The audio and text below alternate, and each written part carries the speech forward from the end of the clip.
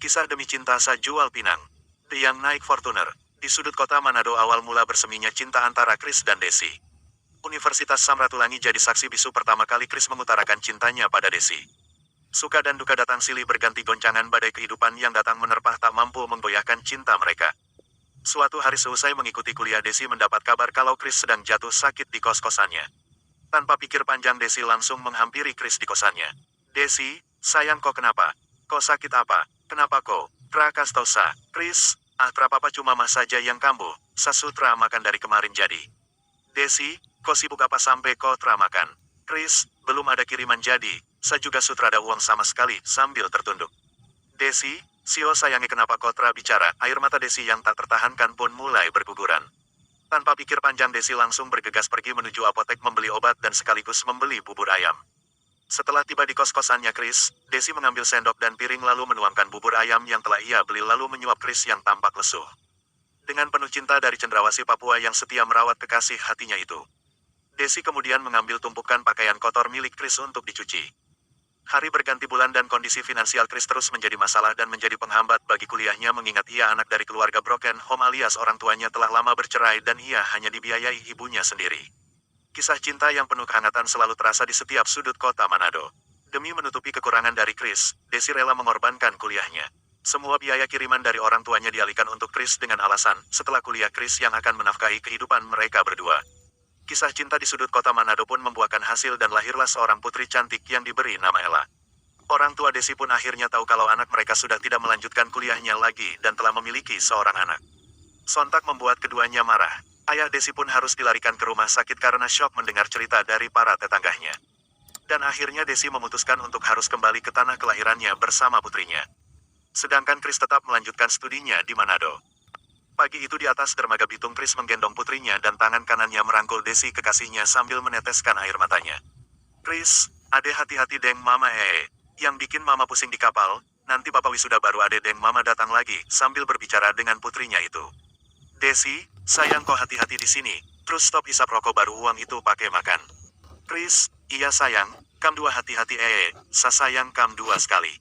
KM. Napulu pun bertolak meninggalkan pelabuhan Bitung. Chris hanya menatap dari kejauhan. Desi pun tak mampu membendung air matanya sapu tangan biru pun kini basah sudah. Hari berganti hari. Demi menutupi kebutuhan mereka berdua dan juga membantu biaya kuliah Chris, Desi harus berjualan pinang setiap hari. Terkadang ia pun harus berkebun menanam sayuran dan hasilnya dijual ke pasar. Mindset seorang perempuan yang tampak dewasa membuat ia harus melepaskan sifat gengsinya yang dulu demi keluarga kecilnya. Suatu malam anaknya menangis karena kehausan. Karena susunya telah habis, Desi hanya memeluk putrinya dan membujuknya. "Ade yang menangis, mama minta maaf. Mama lupa kalau adepu susu habis. Mama pu hasil jualan tadi siang su kirim buat adepu bapak di Manado." Mendengar kalimat demi kalimat dari ibunya membuat Ella langsung terdiam. Semester yang tersisa pun berakhir dan Chris pun akhirnya wisuda di Universitas Samratulangi.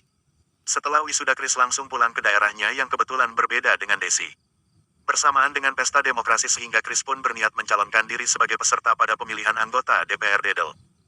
Dengan segala kerja keras dan melalui proses yang panjang pun membuahkan hasil, Chris tercatat sebagai salah satu dari sekian banyak calon yang berhasil lolos menduduki kursi legislatif. Menduduki kursi panas itu menjadi tantangan tersendiri baginya. Kabar gembira pun menghampiri Desi dan putrinya. Desi sungguh sangat bersyukur karena harapan dan kerja kerasnya tidak terbuang sia-sia. Chris yang dulunya hidup serba kekurangan pun telah berubah drastis dan berkelimpahan. Suatu hari Chris mendapat tugas perjalanan dinas ke Jakarta. Setelah dari Jakarta Chris langsung mendapat panggilan rapat di Bali. Di sela-sela kesibukan membuatnya tampak kecapean dan mencari tempat di mana ia harus menghilangkan rasa capeknya itu. Solusi terakhir ia butuh sebotol bir di kafe, di klub Canggu Bali pada malam itu. Awal cerita baru pun terukir. Chris bertemu seorang wanita berkulit putih dan rambut pirang bernama Intan. Setelah berkenalan dan bercerita panjang, keduanya pun bertukar nomor telepon dan menjalin komunikasi. Chris yang terbuai karena kecantikan dari Intan membuatnya ingin menjalani hubungan yang serius. Dan akhirnya Chris menikahi Intan di Pulau Dewata Bali tanpa sepengetahuan Desi dan Putria. Kabar pernikahan Chris membuat Desi hampir gila, karena harapan yang telah lama ia jaga dan bangun bersama kini telah sirna karena kehadiran orang ketiga. Seusai menjalani acara pernikahan di Bali, Chris pun mengajak istri barunya kembali ke Papua. Di Bandara Sentani Jayapura Fortuner hitam yang baru saja keluar dari dealer pun terparkir di pintu keluar menjemput kedua sejoli itu. Entah apa yang membuat Chris berubah drastis hingga membuatnya lupa di balik kesuksesannya yang sekarang ada wanita kuat yang menopangnya. Orang tua Desi yang tak terima pun harus menjemput putri bersama cucunya kembali. Trauma yang dialami Desi membuatnya harus mengurung diri, bahkan ia pun beberapa kali melakukan percobaan bunuh diri. Kris, sakurang apa? Sakurang sayangko, sakurang baika, oh salupa sakurang cantika. Kris, sahancur, sarapuh. Kalimat yang terus terucap dari bibir Desi dengan air mata yang turun tanpa kontrol. Kehidupan Kris cukup santai menikmati hari-harinya bersama istrinya Intan. Segala kebutuhan dan keinginan dari Intan selalu dipenuhi. Kris pun membuka lapangan pekerjaan bagi ipar-iparnya. Tak terasa masa jabatan 5 tahun telah usai.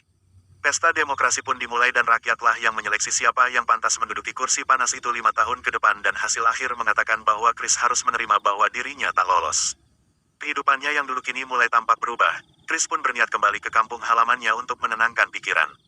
Setelah balik dari kampung, Kris tampak kaget semua hartanya telah ludes bersamaan dengan mobil Fortunernya. Istrinya pun ikut menghilang dengan telepon yang tidak aktif. Kris yang tampak stres berat berusaha mencari istrinya yang membawa kabur hartanya ke Jakarta. Seusai tiba di Jakarta, Kris tidak menemukan jejak apapun dari istrinya.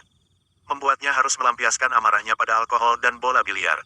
Dengan pengaruh alkohol, Kris kemudian mengajak wanita di klub malam ke salah satu hotel di Mangga Besar, dan disitulah akhir cerita Kris. Surat kabar dan sosial media pun digegerkan dengan beredar kabar mantan anggota DPRD pada salah satu kabupaten di Papua tewas di hotel. Desi yang mulai pulih dari traumanya pun ikut menangis mendengar berita dari mantan pujaan hatinya itu. Di Bandara Sentani pada pagi itu, Garuda Airlines mendaratkan rodanya di landasan bandara. Desi memeluk erat tubuh Ella, buah cintanya, dengan Kris di dalam mobil ambulans. Menjemput mantan pujaan hatinya yang terbaring kaku. Desi, Kris, Satra berubah sayange. Kau lihat siapa yang sapolo ini, tong dua pucinta di tanah Minahasa ini, kau teras sayang Elaka. Debutuh sosok ayah yang bisa damping dia. Satra marah kau, sa sayang kau Kris. Selamat jalan sayang, tong dua sayang kau sekali. Hargai dia yang berjuang bersama, karena uang bisa mengubah segalanya tapi tidak dapat membeli kehidupan. Terima kasih sudah membaca, semoga bermanfaat. Tuhan Yesus berkati. Penulis, Rumbewas Friven 21. Foto, Adi Canda. Model, Fredrika Mitra Munua.